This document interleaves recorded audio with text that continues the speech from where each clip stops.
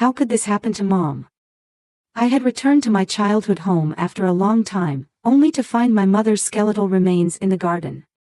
According to the police investigation, she had been dead for over a month. However, this was hard to believe because I had been in contact with her until just the day before. So who was I exchanging emails with? In the midst of my confusion, I found my mother's diary. When I learned the terrifying truth written in it, I trembled with fear and anger. I had only ever seen my father's face in photographs. "Your father passed away in an accident when you were 1 year old," my mother often told me when I was little. I grew up in a single-parent household, but my mother worked tirelessly to put me through college. She was reserved yet strong and kind, my role model and emotional support. My husband, Pete, knew this and respected her, always treating her kindly. Pete was my college classmate, and we got married when I was 26. We started our life about a 2-hour drive from my childhood home.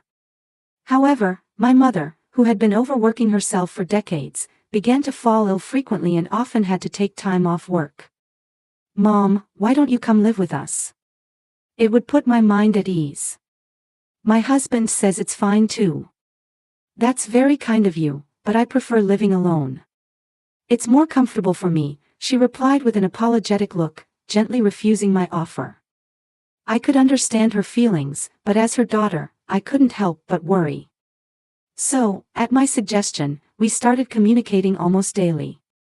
My mother wasn't tech-savvy and even struggled with emails, so we always talked on the phone. Hearing her voice every day was a comforting moment for me, living apart. Of course, I wanted to see her face sometimes, but due to my busy work schedule, I could only visit her about once a month. To make up for this, my husband would help out when he could. "If you can't make it, I'll go check on her." "Don't worry," he'd say. "Thank you so much. It's a big help. Your mother is important family to me too." Saying this, he would visit her from time to time without complaint. My husband was kind, but he had a bit of a problem with money management that worried me. He would buy things without considering the price or consulting me. We had argued about this many times, but his spending habits didn't improve, so I had to restrict his allowance. However, one day, I was shocked when I saw the credit card statement. "Why is the bill so high? It's over $1,000. "Oh, that's, Pete stammered, hanging his head. "This defeats the purpose of setting an allowance." "What did you spend it on?" "Well, the other day when I went out drinking with friends, I ended up treating them." "What? You can't afford to pay for others." I raised my voice in anger without thinking. "I'm really sorry. It won't happen again." My husband seemed to reflect on his actions and swore he would never waste money again, so I decided to forgive him. However, less than a month later, that promise was broken. This time, he had used our joint savings without my knowledge. "I really needed the money," he said. "That's the worst. How could you touch our savings?" "I'm sorry. I'll put it back when I get my next paycheck." My husband apologized, but he didn't seem very remorseful. This really upset me. "That's enough. If this continues, I'll divorce you." When I said this in the heat of the moment, my husband suddenly became flustered. "No, please don't do that. I'll really change from now on and be more responsible." He apologized repeatedly, almost in tears. "There won't be a next time. But I haven't forgiven you yet. It depends on your actions from now on." I decided this would be the last time I'd turn a blind eye, and I declared this to him. I thought he might repeat the same behavior soon, but if he did, I'd leave him without question. After that, Pete started consulting me even for small purchases. Not only that, but he also began to help more with housework and became even more attentive to my mother's well-being, showing a very dedicated attitude. Since then, we had no more money problems and lived peacefully. However, about 4 years into our marriage, something strange happened with my mother. "I've caught a cold and lost my voice, so please communicate by email for a while," I received an email from her. "What? How? I was surprised by this sudden change, as she had never been able to use email properly despite my many attempts to teach her.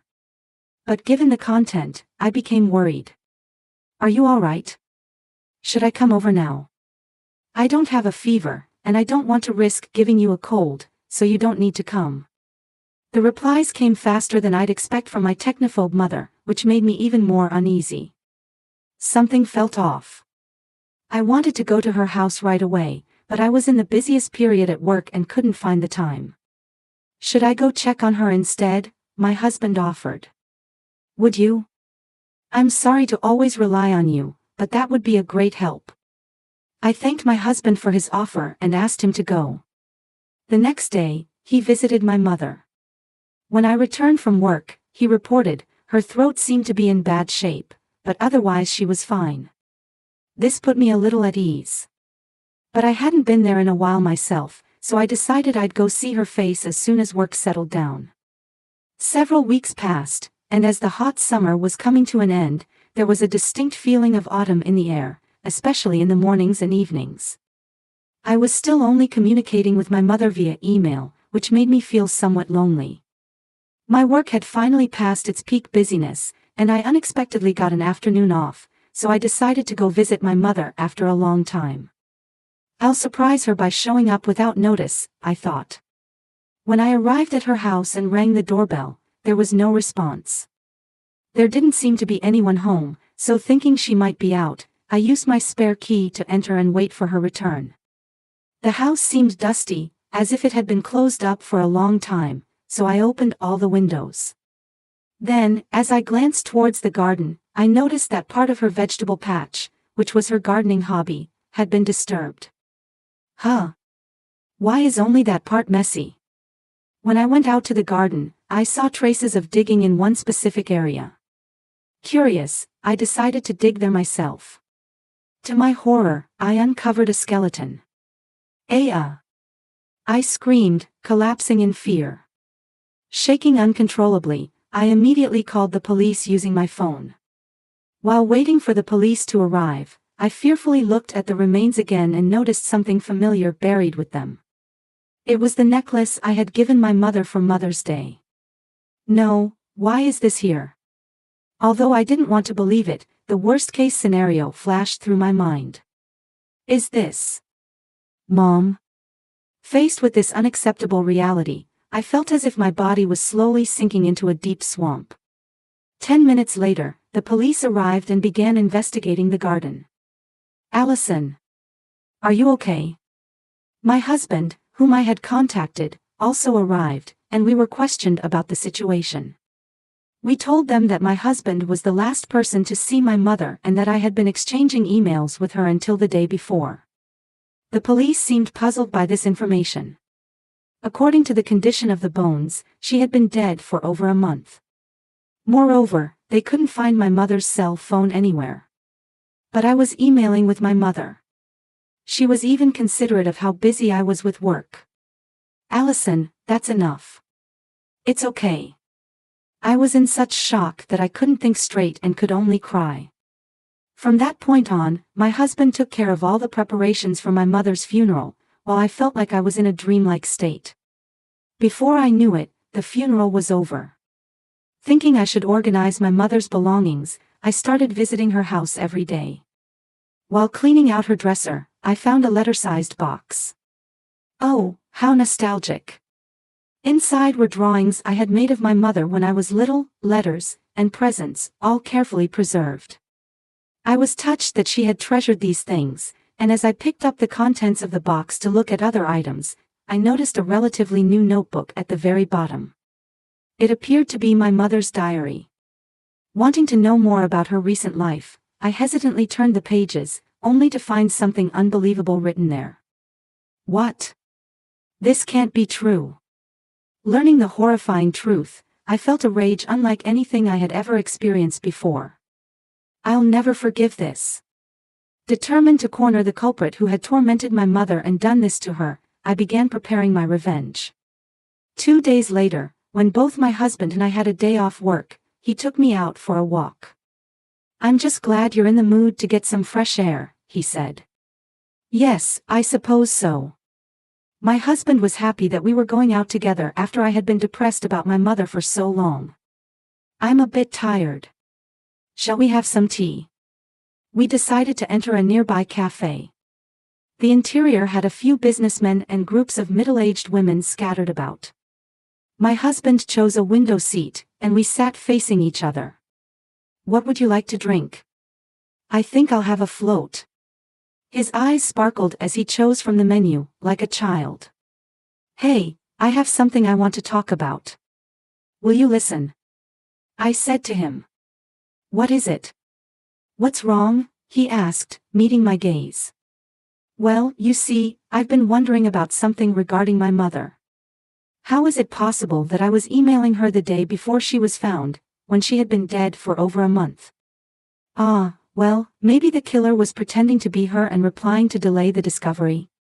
He seriously shared his theory. Of course, that was the first thing I had considered too, but there were several things that didn't add up. But isn't it strange that one of the emails mentioned wanting to go back to the spa we all went to before? Only the three of us knew about that spa trip, right? Well, that's true. But couldn't it just be a coincidence, he said.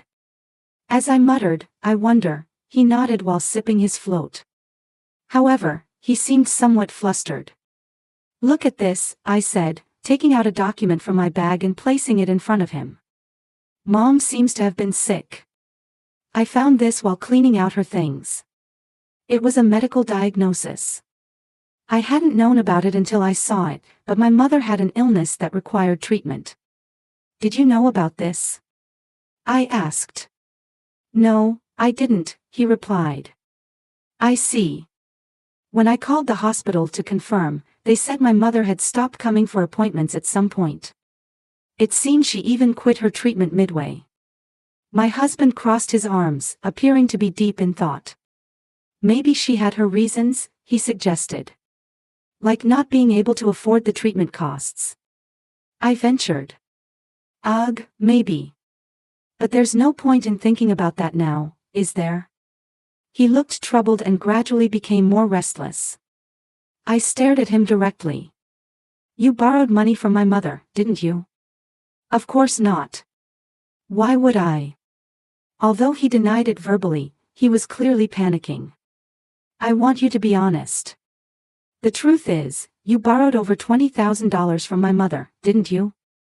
As I pressed further, my husband, either angry or defensive, stood up and slammed the table.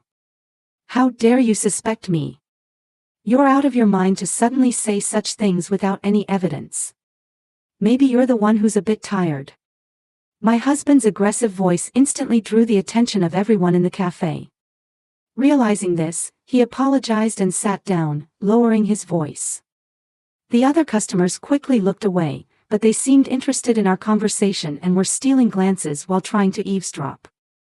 I do have evidence, I said. To his surprise, I placed a notebook in front of him. It was my mother's diary that I had found while cleaning her house. What's that supposed to mean? He asked, confrontationally, as if he was on guard about something. I turned the pages and read aloud what was written there. The diary detailed how Pete had been threatening my mother and extorting money from her, along with the exact amounts. Moreover, you threatened to hurt me and ruin my life if she didn't lend you money? That's despicable. It seemed that when my mother said she couldn't lend any more money because of her treatment costs, my husband had told her, "What's the point of living so long? It's just a waste of money." Furthermore, he had forced her to choose between her own body and her daughter, making her give up on treatment while continuing to ask for money. All of this was written in this notebook. Explain what this means, right now. I don't know anything about that. Besides, a diary like this isn't proof of anything, is it? My husband became defiant, leaning back in his chair with a confident attitude. You're right, this alone might not be decisive evidence. It could be dismissed as my mother's delusion. See? I told you so. As expected, you're a woman who understands, he said, nodding and laughing through his nose as if mocking me. Then how about this? I started a video on my smartphone and showed it to my husband. Pete, who had been smirking with a relaxed expression until now, was at a loss for words. How do you explain this? Don't just sit there silently, answer me. What was displayed was footage from a camera hidden in the living room of my mother's house. On the last page of my mother's diary, it was written, "Pete's demands are escalating, and I'm feeling it's getting dangerous. If I can get video evidence, I'll take it and tell my daughter everything." It seems that my technophobe mother had bought a camera and asked an electronics store to install it for her. The video showed the two of them arguing over money lending, and then in the heat of the argument, my husband losing his temper and raising his hand against her, causing her to fall. After that, he panicked and carried her body towards the garden. When he returned to the living room alone, he took all the money from her wallet and even took her cell phone before fleeing. From that point on, the video only showed an empty living room. The culprit was my husband, Pete. I'm truly shocked that you would do something like this. But there's no way for you to escape now, I said, glaring at him with anger and contempt welling up from the bottom of my heart. However, he didn't flinch and instead started shouting. That damn old hag. Why did she have to leave something like this behind? Why did you extort money from my mother? Huh? Of course, it's because I have debts. It was to repay those. My husband was completely brazen, admitting it without any sign of remorse. Apparently, his irresponsible attitude towards money hadn't improved at all. Unable to stop spending beyond his means, he had accumulated debts. I had to contribute to our household expenses after getting married, but I also had debts to repay. I was troubled too, you know. This was also why he had used our joint savings without permission. You pretended to be responsible in front of me, but behind my back, you were doing such things. Well, I had to act like a decent husband, or you said you'd divorce me. If that happened, I wouldn't be able to squeeze money out of your mother, right? That old hag was surprisingly hoarding money. Being a single mother doesn't mean you're poor, you know. When my husband started going to check on my mother on my behalf, he had secretly looked at her bank book that happened to be lying around. My mother wasn't the type to live luxuriously, so she must have been saving bit by bit from her small salary for emergencies. My husband must have grinned when he saw the amount, thinking, I can use this. At first, she lent me money right away, but from the second time on, she started hesitating, saying something about treatment costs. So you used me as a shield to threaten her. That's so dirty. It's touching, isn't it? Saying her daughter's happiness is more important. Is this what they call a parent's love? He grinned at me, but his face was utterly detestable. My husband might not have any sense of guilt at all. Even so, you didn't have to take her life. Oh, that was just an accident. I didn't intend for that to happen. But when I hit her a bit too hard, she fell and wasn't breathing. I thought it would be trouble if she rotted inside the house, so I went out of my way to bury her in the soil. He spewed out words that made me wonder if he had any human feelings at all. Thinking about my mother's feelings, I couldn't stop my tears from flowing. However, I couldn't give up here. To clear my mother's regrets, I had to reveal the truth and turn him over to the police. So you were the one pretending to be my mother in those emails? Yes. It was my way of consideration, you know. I thought you'd feel like you had more time with your mother. I don't need that kind of consideration. He had thrown away my mother's cell phone after I contacted him about finding her. There was no need to hold back anymore with this man. I'm going to report this to the police now. With all the evidence gathered, your crime will undoubtedly be judged. I wonder how many years you'll get. Hey, you're joking, right? I never intended to kill her in the first place. This was just a sad accident that happened.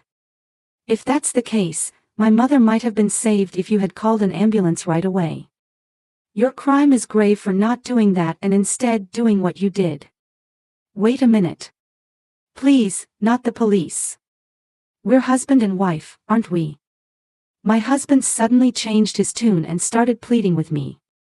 Did he really think I would choose not to report him in this situation? We're no longer husband and wife after you tormented my dear mother. We're getting a divorce.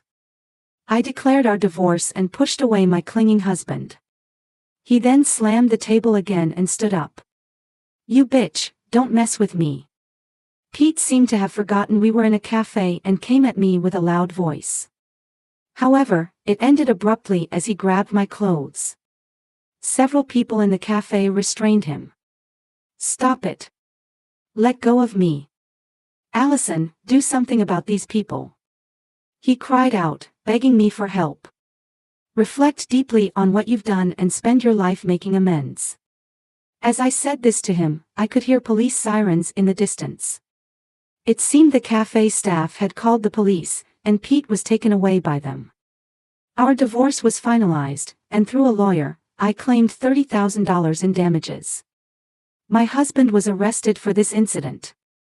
His selfish crimes were severe, and he's likely to spend a considerable time in prison. I wonder if I've managed to clear some of my mother's regrets. I thought about this while looking up at the clear sky.